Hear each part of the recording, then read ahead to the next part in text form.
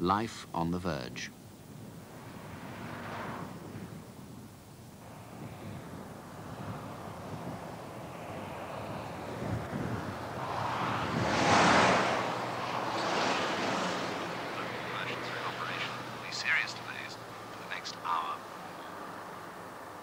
Messages for drivers on the M61, the A1. Warning of fog in the Midlands and Northern England. Drivers this morning. Many motorways in the Midlands and Northern England are subject to speed limits.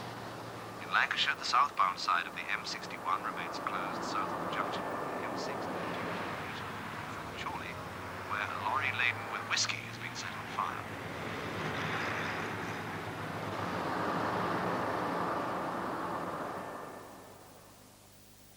Next Sunday, the natural world of the frog, down under in the Australian bush, where there's a greater variety of frogs than in the whole of Europe and North America combined. Our guide is the man who loves frogs, Mike Tyler, and you can join him and his croaking friends next Sunday at 7:15. In the first of a new series of 40 minutes, In Between Days looks through the eyes of 4 16-year-olds at the joys and trials of adolescence. Where? Over it. In my shoulder. Yeah. Move your You shoulder have to take back all that there. stuff, that's it. I can't breathe very well. Liar. Bit of gold. Was it a good job, Carolyn? Today, Dad sat me down in the study and talked to me about life, responsibilities, girls, sex, etc. I said I didn't want to hear because I knew what he was going to say. I tried to imagine how he was feeling, and I imagined he saw himself as a great advisor. So to make him happy, I listened, said yes, no, acted polite and said thanks at the end. In Between Days, this Thursday at 9:30 on BBC2. In half an hour, our theatre night stars Charles Dance as a writer searching for peace in a lighthouse on Lake Michigan, Thunder Rock. No one could accuse our Russell Harty of seeking the quiet life. We join him now for the second of his visits to Venice.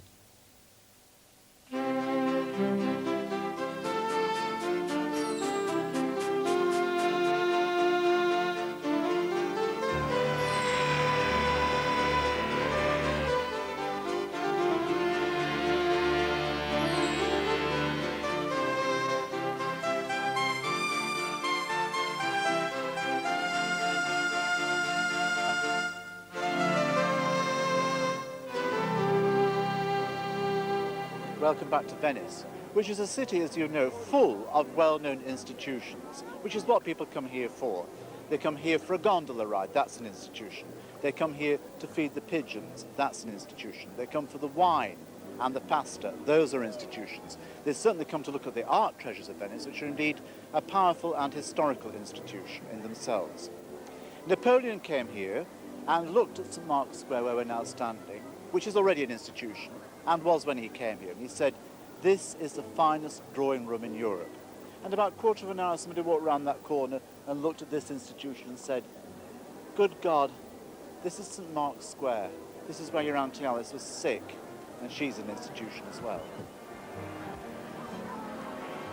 We call it St. Mark's Square. The locals call it the Piazza San Marco, and it's where everyone starts their tour of Venice. And why not? Because in whichever direction you care to look in this most famous of squares, you are treated to an architectural feast.